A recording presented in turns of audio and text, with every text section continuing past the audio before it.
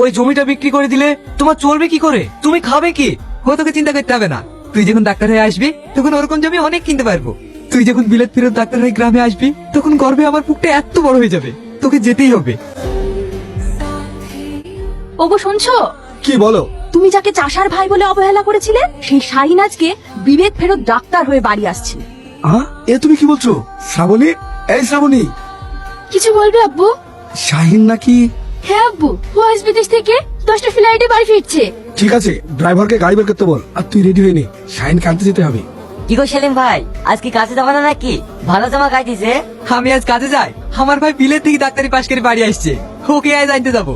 ওগো, শাহিন তো নাড়ু খেতে খুব ভালোবাসে, এইগুলো নেবে না? গাড়িতে আস্তে আস্তে খাবে, কখন কি খেয়েছে তার ঠিক নেই। এইসব আবার বলতে হয় নাকি? তাড়াতাড়ি দাও, ও আবার 12টার মধ্যে স্টেশনে পৌঁছে যাবে। এই বিশু, তোদের আর কোনো চিন্তা নাই, আমার ভাই বিলেত থেকে ডাক্তারি পাশ করে আসছে, তোদের কাছে চিকিৎসা করাতে শহরে যেতে হবে না।